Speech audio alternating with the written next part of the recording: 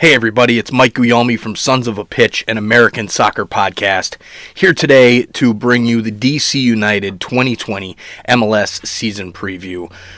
But we are going to review DC United's offseason and talk a little bit about what to expect from DC United this upcoming MLS season.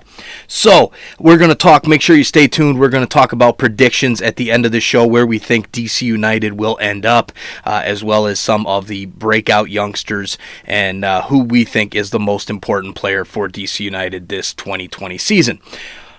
Without further ado, let's get into the content. But first, I want to talk to you about our 1,000 YouTube subscriber challenge. Make sure you subscribe down below and then add us on any of your favorite social media platforms, Facebook, Instagram, or Twitter. And if we reach 1,000 subscribers, we will, by March 1st, the end of the day on March 1st, the end of opening weekend, I will do a drawing for a random social media follower, and one random social media follower will receive a $250 Visa gift card. So last season, DC United finished with 50 points, which was good enough for 5th in the Eastern Conference to give them a road playoff game at Toronto FC.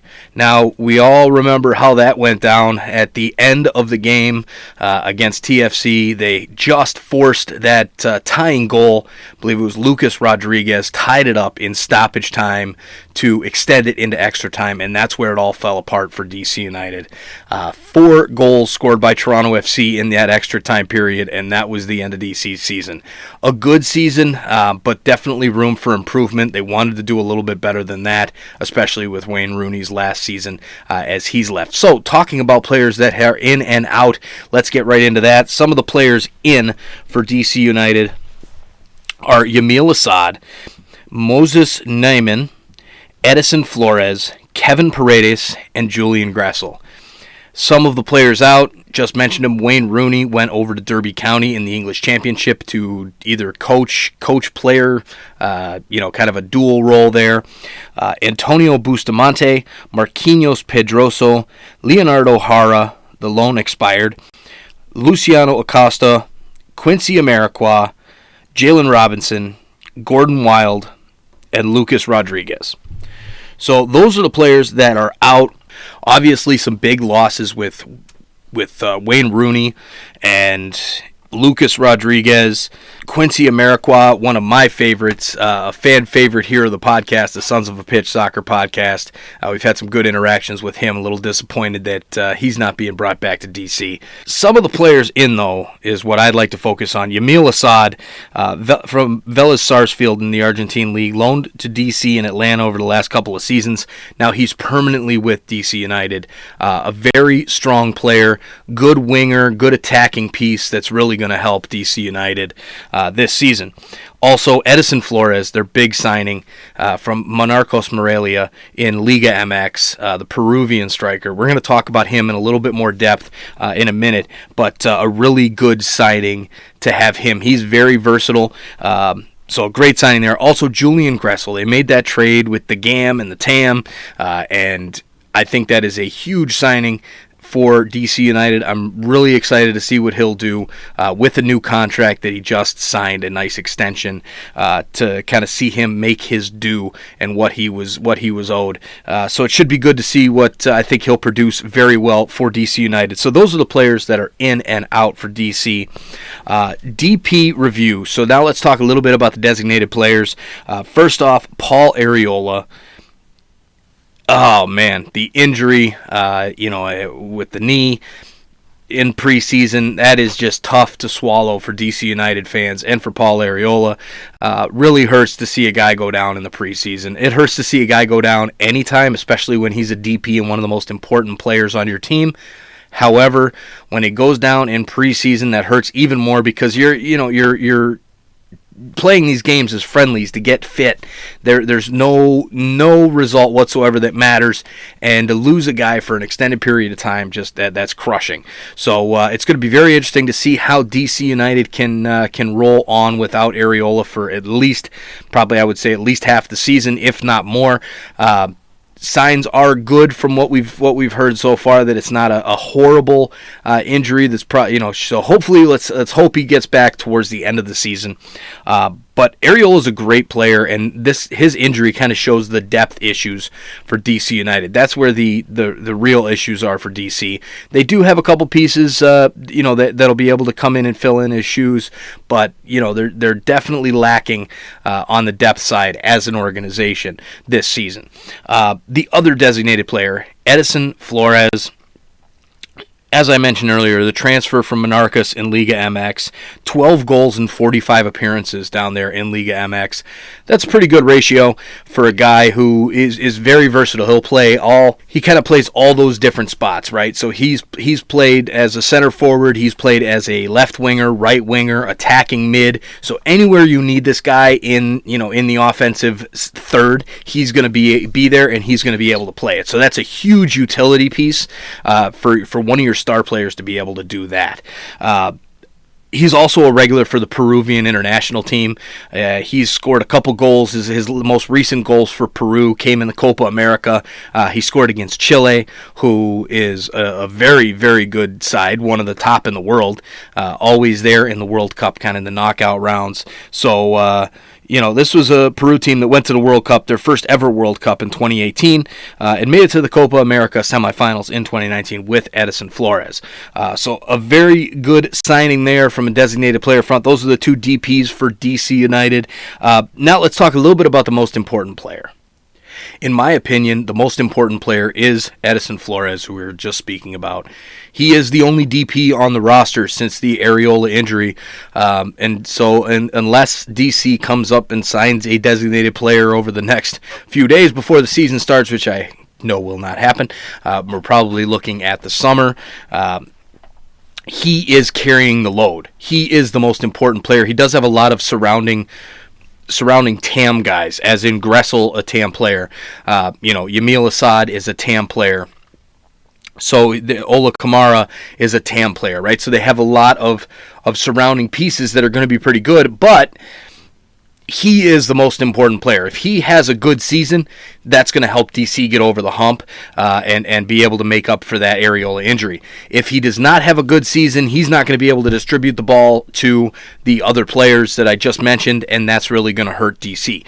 So Edison Flores is our most important player. Now let's talk about the odds here for MLS Cup. So before the season, there's a couple days left. You can make one of those special bets to say, all right, this team's going to win MLS Cup at the end of the year, and you're getting some crazy good odds. DC United's odds are plus 3,400. So for those of you in the sports betting game, you understand that. Those of you who are not, that a $10 bet wins you $340. So if you got $10 laying around, I know it's now it's legal. The Supreme Court passed. Changed sports betting to make it legal now in the United States. However, some of the states, and obviously DC is a little bit different, being a district. They, I don't know if they're legal yet. I know here in Illinois, they're hoping to get it done by March Madness, but that's a pretty good bet. 3,400. Those are good odds, and DC United could definitely be a dark horse, especially if they can hold up well during the Arriola injury, and then maybe add a piece in the summer. This could be a team that could make a decent run in the playoffs. Let's talk a little bit about the Breakout Youngsters. So we had a little bit of a conversation on Reddit with some of the fans there. Lots of good information from the local fans. Wanted to reach out and get that local feedback, because being a national, following the entire MLS for two guys who both have kids, full-time jobs, it can be a little bit tough to stay up on some of the younger guys that are coming through the academy or just get signed to homegrown deals. So really appreciate the conversations there on Reddit. The guys who they're really high on is, first off, Kevin Paredes, 16-year-old who is getting a lot of minutes in the preseason. Kind of a right mid, right wing, so he could really benefit from the injury there and fill in. That's probably why he was getting so many minutes in the preseason, is because he's going to have to show up and play some minutes immediately once the season starts. I don't think he'll be the first option off the bench, but definitely that second option there. So could be his breakout season. Really, the team was impressed with his ability to score from the midfield position while staying disciplined in defense. So being able to kind of do both is really important in that midfield role. especially the way Ben Olsen plays.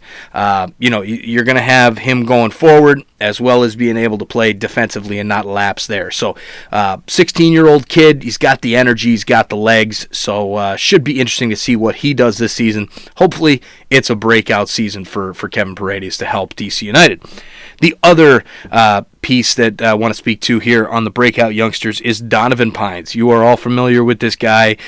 Center back, he had 10 appearances last season for DC. 21-year-old homegrown center back. University of Maryland product. University of Maryland is just a powerhouse in soccer, one of the best soccer programs in the NCAA, if not the best, up there with UCLA. They're always in the NCAA College Cup. Definitely some skills for this kid. He has got a huge physique, really athletic player. He's got a great center back build, and really just unbelievable physical athlete that he is. So wanted to talk a little bit about the goal that he had against Minnesota United that ended up getting called back last season when DC lost 1-0. He literally towered over these guys in the box to get his head on that ball, and it was unreal. Like the picture that was shown, he's got to have a vertical leap of probably 35, 40, if not more inches off the ground. So it was really, really impressive there. Recent note, this offseason he trained with Swansea over in the English Championship. So he's getting looks over there. He's not long for being in this league. I'm sure he'll be over in Europe fairly soon. But I think he could break out this season and become that big-time breakout star for DC United at the back. Next up, let's talk about the starting 11, a projected starting 11 for DC United. They're probably going to go with a 4-2-3-1 formation. Bill Hamid in goal. There is no question there. He is the number one for DC. Along the back, we've got Mora, Birnbaum, Brilliant, and Knaus. The two D mids would be Felipe and Moreno. And then for the attacking three, I would have Yamil Assad, Edison Flores, and Julian Gressel, with Ola Kamara up top. So that's, they've got a couple pieces there that could be depth, like we just spoke of with Donovan Pines being that backup center back there. They really have a pretty strong starting 11 there. It's the depth. That's the issue for DC United. Can they sustain, obviously, the one injury to Paulo Areola, and if any others come through, can they sustain the dog days of summer in MLS? We all know about it. You get through June, July with the international dates, and the tournaments that are out there, as well as just friendlies and the nasty dog days of MLS summer. Can they sustain that with the depth that they have? We are going to find that out very soon. This team is starting out. They will be the first game of the season in MLS, February 29th, this Saturday, only a couple days away, hosting the Colorado Rapids, who are an up-and-coming team in the Western Conference that should do fairly well this season. That should be a pretty good game. Check out my video for the picks and predictions for that game for Week 1. There'll be a link here at the information button here to check that out, to click over to that video, and I'll tell you how I think that game will end up. So let's talk a little bit about predictions, kind of a ceiling and a floor for this season for DC United. As far as a ceiling, I think if all goes well, Areola comes back quickly. They pick up some good depth pieces in the summer. They kind of stay injury free, and the young guys kind of break out. And Edison Flores is the most important player, has a strong season. I can see this team getting a home playoff game. I'm going to put them at like the 4th seed, but they could even finish higher than that. So that's kind of the ceiling for me, is getting that home playoff game, which I'm sure would have made a big difference last season, instead of having to travel to BMO Field, and have that raucous crowd in extra time. They would have been at Audi Field and had the fans behind them heading into extra time. So, as far as a floor, if kind of everything falls apart, they can't seem to get a third DP signing in the summer, then I could see them falling out of the playoffs and hitting probably like the 10th seed. they're really only one, maybe two injuries away from that. So it could derail their season, and they could end up kind of in that 10th spot there. So it's kind of an interesting note going into the season for DC United. One side of you wants to say, hey, this is a very good team. They've got some really strong players. They've got a really strong starting 11. I think they're going to do well. And the other side of me says, oh, boy, they really have nothing depth-wise. And I shouldn't say nothing. There are some good players behind some of these guys. But as far as, making an MLS playoff team, maybe not. So there you have it. There's the predictions. Make sure to check out our full MLS season preview video as well. I'll send another link up top here for that one. And you know what, fans? DC United, you guys should have a good season. I hope, one last note is I hope that the XFL team, the DC Defenders there, don't tear up your stadium too much. Hopefully the turf is good there at Audi Field. I know from experience as a TFC fan, having the Toronto Argonauts play at BMO Field, there was definitely some issues with that field. They did switch into a synthetic surface and made it a little bit better. It's not affecting it as bad, but definitely don't like having a football team playing on my soccer field. But that's just me. I'm a soccer nut, soccer guy. That's how I am. So thank you for joining us here tonight for this DC United season preview for 2020. Make sure to subscribe down below. Hit us up in the comments if you disagree, agree. Let us know how what you think will end up happening for DC United. We will talk to you guys very soon, and don't miss any of our awesome American soccer content. And good luck to DC United this year.